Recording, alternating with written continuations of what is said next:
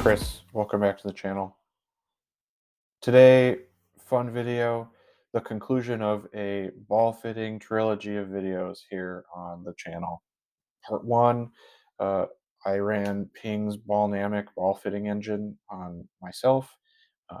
It told me that the current ball I'm playing, the Titleist Pro V1, might not be the best thing for me. It recommended the Pro V1x instead. In part two, I did some testing in my garage simulator using my Garmin R10 launch monitor, pitting the Pro V1 against the Pro V1x. And then this video today, I wanted to do that same test, but I wanted to validate it on a really accurate launch monitor. So I had access to a GC3. I went and did some testing, similar kind of testing as I did in my garage, but with the GC3 launch monitor. So the results of that test are what you're going to see in this video here today. Thanks so much for watching. Really appreciate it. If you are enjoying this sort of content, which is kind of at the intersection of golf and nerdy stuff, analytics, feel free to give me a like. If you want to subscribe, that'd be great. If you have questions, leave them down below, of course. Always happy to answer. This stuff is fun for me to do. I'm going to be putting out some more content this summer, spring and summer, that kind of explore that intersection between analytics and nerdy stuff and golf. So would love to have you along for the ride. Thanks again for watching. And I guess without further ado, let's get into the test. All right, 50-yard shot. I've got a 58-degree wedge. We're going to start with the regular Pro V1, and then we'll switch over to the X. So there's 5 good shots with the regular Pro V1.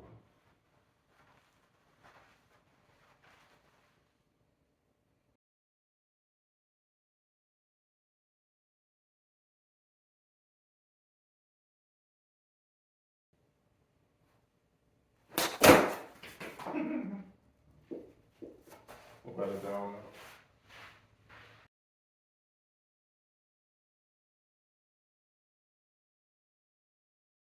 Okay, there's 5 good ones and 1 bad one with the Pro V1. We'll switch over to the X now.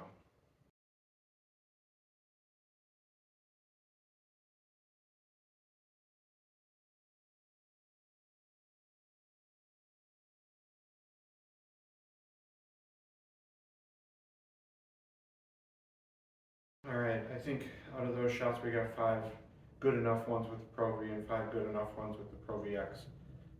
We will take a look at the data. But initial impressions, I couldn't tell much of a difference in ball flight or anything like that. I could tell which one I was hitting. I feel like if you blindfolded me, I could have, if I would have been able to hit the ball, I could have told you if I was hitting the Pro V or the Pro VX. The X was firmer, much firmer off the face. I think I like the feel of the V better. But we'll have to look at the numbers and see what they look like. Okay, here's the data table. The standard ball, so the top 5 shots, was the regular Pro V. The premium ball, the bottom 5 shots, was the Pro VX. I've disabled the first shot in here. That's the one that flew to the back of the green. I'm not sure that's quite representative. You can see here, ball speed about the same, launch angle about the same, backspin. The Pro V actually was a little higher spin than the Pro VX. That I would guess that's probably just down to strike. Descent angle was about the same. The Pro VX was a little higher descent angle. It was a little higher launch angle as well. I don't think any of these other numbers are all that relevant. Carry total, distance to the pin was, close enough. So I think for my money so far, these two balls are the same other than feel on the 50-yard shots. Okay, here's another view on the table comparing the 50-yard pitch shots. This is pretty similar. Backspin on the Pro V is actually a little bit higher, 450 revs or so. But launch angles similar, ball speeds similar, of course. Carrying total are the same. Not much separating these two other than feel at this point. Okay, we got a 100-yard shot now. This is, for me, like a 3/4 sand wedge, swinging pretty hard. I'm going to start with the regular Pro V. Try and get 5 good shots.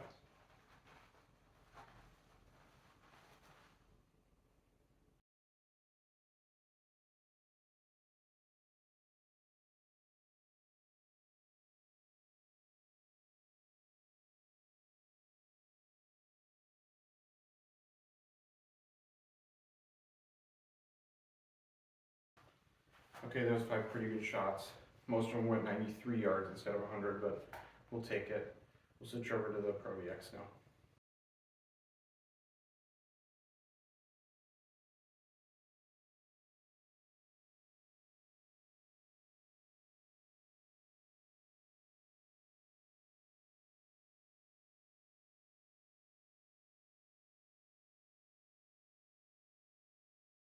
Well, there's a reason I like that 95 yard shot on the golf course. I just hit like 12 shots, like right on 93, 94 yards, with either ball. So again, the Pro V felt softer than the Pro V1x. Not a whole ton of discernible difference in terms of launcher spin so far. We'll take a look at the numbers, but as you saw, I've got 15 ball flights here on the Foresight range, and they're all going through the exact same window. So I don't see much in terms of difference between the 2 balls so far. But again, we'll take a look at the data table and see what it looks like. Okay, here's the ball data comparison of that 100-yard shot. It turned out it was like a 93-yard shot today for me. But you can see here, ball speed almost identical. The regular Pro V, which is that standard line, the orange line, actually launched a little bit higher, about a degree higher. But the Pro V1x, which is the premium line, green, the bottom line, did spin more. It spun about 500 revs more. End of the day, they basically got to the same place, but that's interesting. So that's the first I've seen of the regular Pro V spinning more on that 100-yard shot. So now we'll go for, we'll try and hit like a 7-iron, which for me is about 175, 180. So we'll hit that one and see what it looks like. Okay, this time we got a 7-iron. We're hitting to 180 green. I normally expect my 7-iron to go 180, 185 on the golf course. I'm not sure I'm quite warmed up yet, so we might not get there. I might be landing a bunch, just short of the green and running off. But we'll see. So again, we're going to start with the regular Pro V1, hit 5 good shots, switch over to the Pro V1x.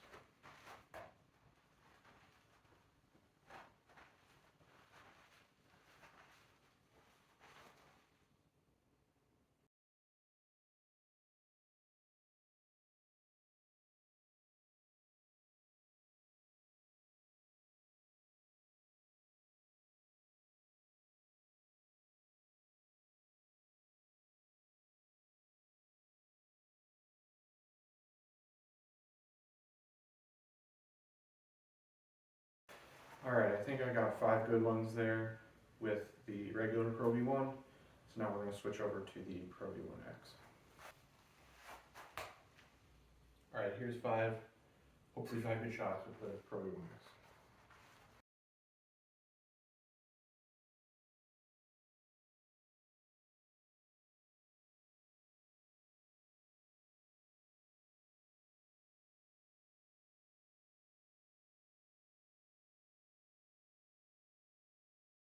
Okay, I think that's 5 good ones with the Pro V1x.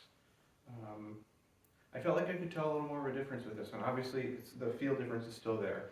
The X does feel firmer, but I think it was starting to fly a little higher. So we'll take a look at the data table and see what it says. Okay, here's a comparison for 7-irons. This one surprises me a little bit. I was thinking that the Pro V1x, which again is the premium, quote unquote, premium ball in green, I was thinking that one would launch noticeably higher, but it looks like it didn't. They're kind of in the same window. You can see here ball speed identical, launch angle identical. The Pro V1x does spin a little more. It spins about, looks like about 400 RPMs more. which again is good for me, for my game. You know, this is a 7 iron, 5,500 spin is pretty low for a 7 iron. I'd rather be up near 6,000, which is what the Pro V1x gives me. So I think I'm going to try a 4 iron as well, and then we'll get into driver. So couple more comparisons here. All right, 4 iron now. Again, 5 good shots with the Pro V1 and the Pro V1x. This one I'm interested in seeing if we see any height difference. This is a club that I hit pretty low. I need as much help as I can get out of the aerodynamics of the ball. So I know the X is intended to fly higher. We'll see if it does.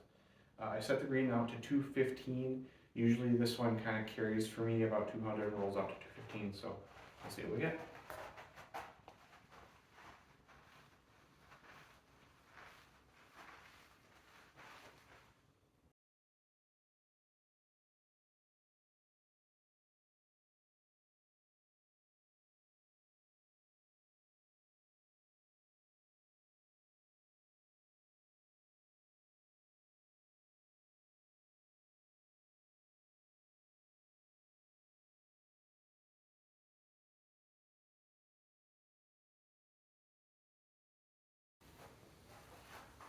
All right, we got 5 good ones with the Pro V with the 4 iron. We'll switch over to the Pro V1x now.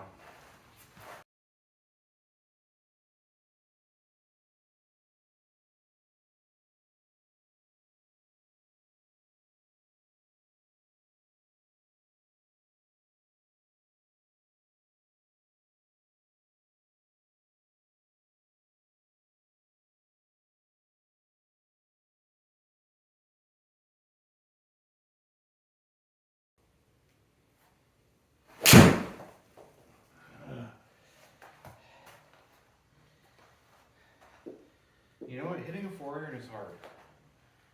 I got a big cabbie back ping. I-210 doesn't matter. Hitting a 4 iron is hard. There we go. Hitting 4 iron is easy, guys.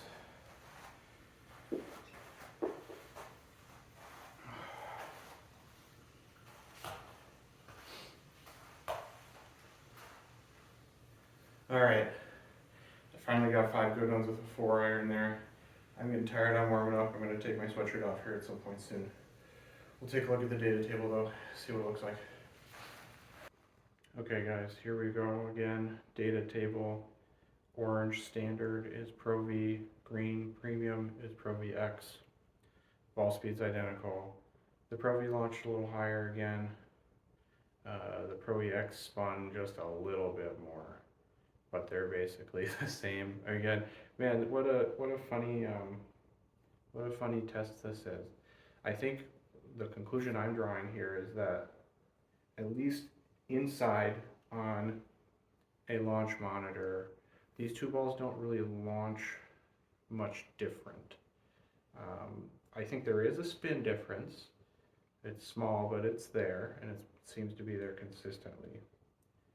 But the launch and stuff just isn't really manifesting yet. That might be something, I was thinking about this on the drive over here, that might be something that's hard for a launch monitor to pick up. Titleist says that, you know, the depth of the dimples of the Pro V1x, they're shallower dimples, and that encourages aerodynamically a higher ball flight. Now, I'm not sure if the GC3 is able to understand that in terms of aerodynamics of different dimple depths. I kind of doubt it. So that's sort of an interesting conclusion perhaps, is that even a unit as good as GC3 and presumably GC Quad and all these launch monitors, it's not really able to take aerodynamics into account in a way that maybe golf balls in real life differ. Because I do think that these balls, they do differ, and I've been playing a Pro V1x outside the past couple rounds here now, I'm able to play in Minnesota, and it does go higher, it goes noticeably higher off the driver. So, good segue there. Let's take a look at driver. We'll hit 5 good shots with each, and we'll see how it goes. All right, guys, here's the moment we've all been waiting for. I got driver. If you've seen any of my stuff so far, you know that I'm launch and spin challenged sometimes. So finding a driver that I can hit high and spin enough is really important for me. I'm a pretty good driver of the ball, but you can always be better. And for me, it's not really distance, it's finding a drive that I can hit straight. I've been really happy with this Ping G425 Max. I've hit it well so far this year, but I want to do this test to see if there's any difference between these balls. Titleist, for what it's worth, basically says that off the tee, all of their premium balls perform pretty similarly. They're all high launch and low spin because that's what everybody needs. So the AVX, the Pro V, and the Pro V1x, they say do basically the same thing. And you shouldn't fit balls off a driver, you should fit balls off of around the green and wedges. So we'll see if that holds up here in this small sample size test. So 5 good shots with the Pro V, then we'll switch over to the Pro V1x.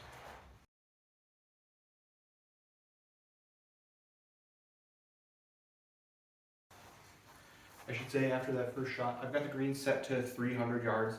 That's about, if I really go after one, I can get it out there 305, 310, but I'm more of a 285, 290 guy, kind of on a solid side.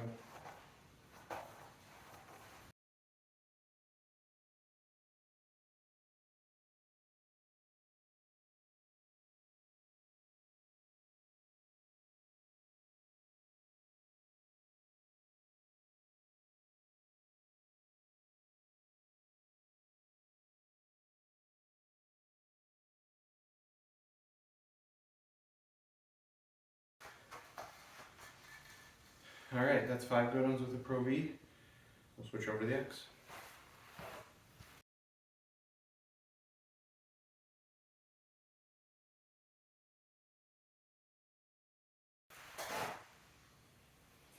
If you watched my video on spin axis comparing this GC3 to my Garmin R10, that's a perfect example of one. I hit it off the heel.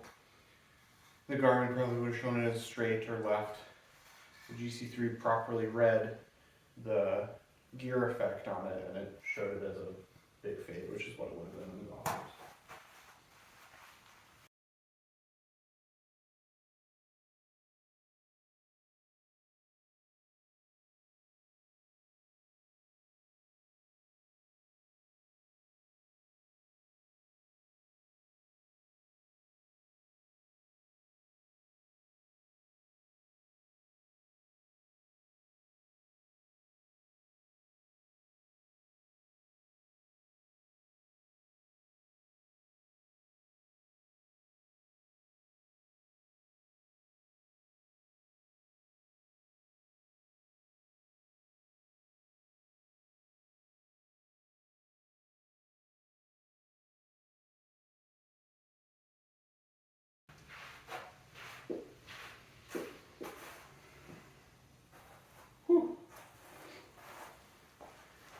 Alright, that's a lot of shots. Not very many good ones, but I think we got enough.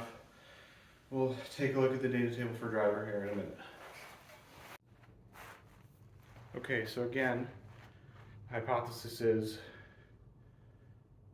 these balls don't do anything different off the driver. And man, is that true. So look at this. Ball speed 0.2 off, launch angle 0.2 off, backspin 3 revs off. I mean, carry and total are basically the same. So again, Titleist says don't fit your ball based on the driver, fit your ball based on around the green and your wedges and your irons, because the driver's going to do the same thing. And that appears to be true. Again, caveat, like I said last time with the 4 irons, we're talking about aerodynamics with the balls. I don't think the GC3 or any launch monitor for that matter can accurately infer different aerodynamics. I'm not sure it's reading the depth of the dimples and adjusting its algorithms accordingly. For that sort of thing, you probably need on the course testing or Ping's Ballnamic database, which again I've done some videos on and I think is effective and interesting because they're gathering their data from actual robot shots onto an actual range. They can measure the things like aerodynamics. But here, for our purposes, if we're looking to change our ball flight characteristics off the driver, it looks like the golf ball's not going to do it. So it's got to be those other things. All right, so I'm going to export all this data that I gathered. I'll send it back to myself. We'll do a little, I'll put it in a spreadsheet and do some more thinking about it, and we'll have a little come back together and have some thoughts. At this point, I think that the Pro V1x is better for me, especially considering I like the ball flight. It seemed like it was higher outside, which again I think is important. But the tests in here seem to me to prove that, you know, like shot for like shot, the Pro V1x spins a little more, which is again what I'm looking for. So I think for me that's what we're doing. But again, we'll gather all the data. I'll spit it into some Excel tables, and then we'll look and see what we think. Okay, guys, we're back. I grabbed all the data, I put it into this Excel sheet, and here's the results. These are the results of the averages. So you can see here how to interpret this table. For each of the 5 shot types that we did, driver, 4-iron, 7-iron, 100-yard shot, and a 50-yard pitch, I've got the average data for the Pro V1 in the left-hand column, the Pro V1x in the middle column, and then the percent difference between the two in the right-hand column. Anywhere where the differences were greater than 3% one way or another, I've highlighted. So you can see here, I've got some green highlights where the Pro V1x had a higher value than the Pro V1, greater than 3%, and I've got some red figures where the Pro V1x had a lower value than the Pro V1, greater than -3%, I should say. So what are the findings here? I think my overall high-level finding is that these two balls are pretty similar, at least on this small sample size test on the GC3. We measured 5 criteria here that I pulled into this table: ball speed, backspin, carry distance, descent angle, and peak height.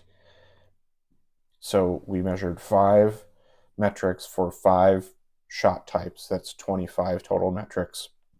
The two balls were greater than 3% different one way or another, only 6 times out of that 25. So 19 of the 25 measurements that we used were closer than 3% between these two balls. So big takeaway, I think, for me, Pro V1 and Pro V1x are very similar golf balls.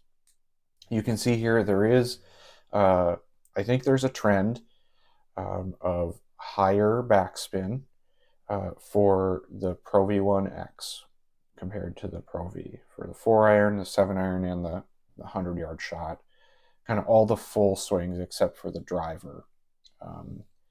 The Pro V1x spun, 4, 5, 6, 7% more than the Pro V1 did.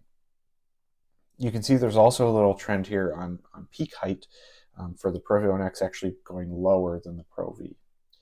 I'm not sure I believe that.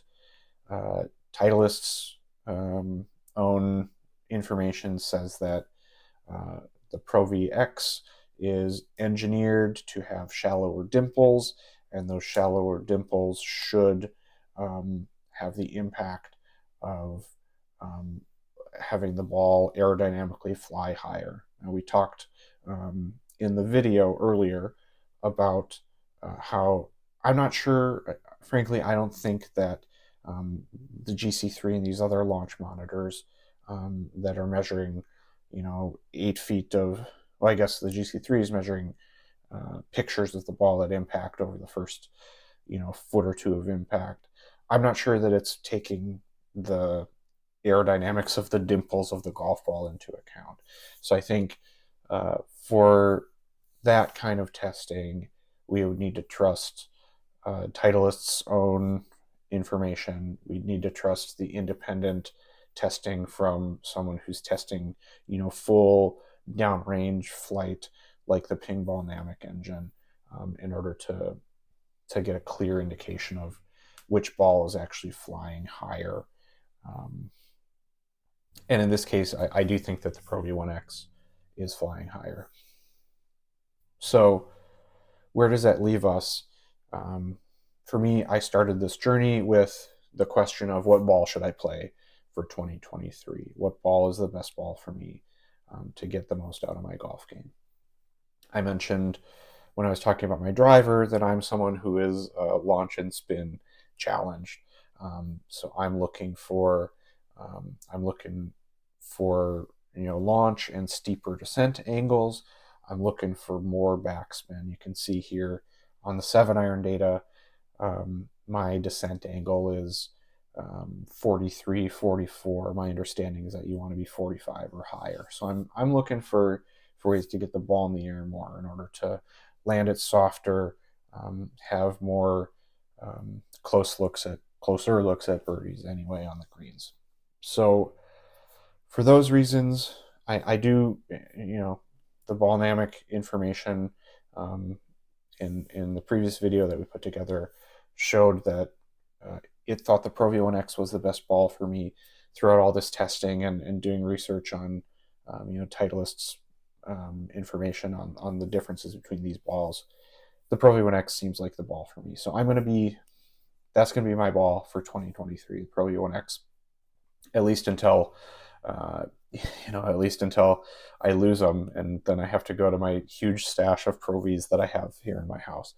So I can say from limited on-course testing here in Minnesota so far this spring, the Pro V1x anecdotally does seem like it flies higher, especially off the driver. When I've hit Pro V1x in the water, and then the next hole I have to play a Pro V1.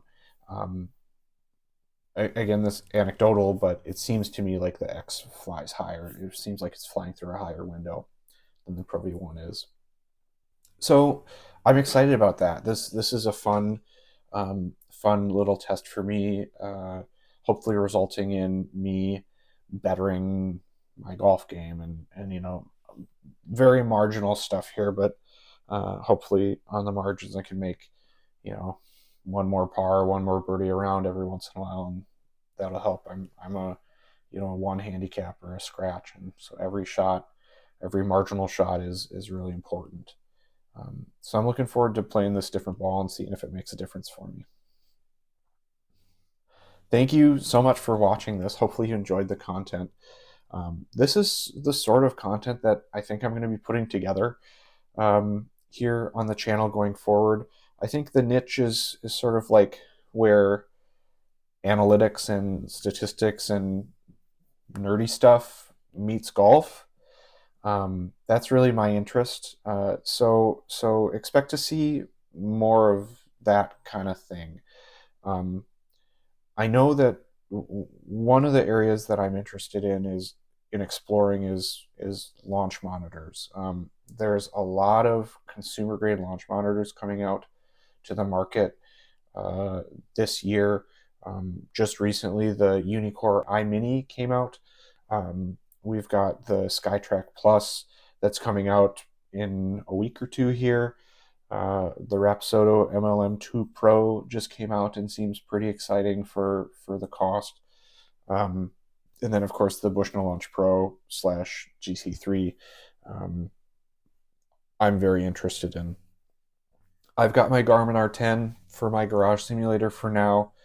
I like it. I think it's a great unit for $600 or $500, but I'm looking for something that is that's going to be better, that's going to be more accurate, more consistent, allow me to play what feels like real golf in my garage in the winter or just overnight, when my kids finally go to bed and I'm able to get some swings in the garage. So I'm going to be doing a lot of research on launch monitors as I, work my way towards making a decision about what I'm going to purchase. I'm certainly going to put out some content on pros and cons of what I'm thinking about in terms of those different hardware units that that I'm considering.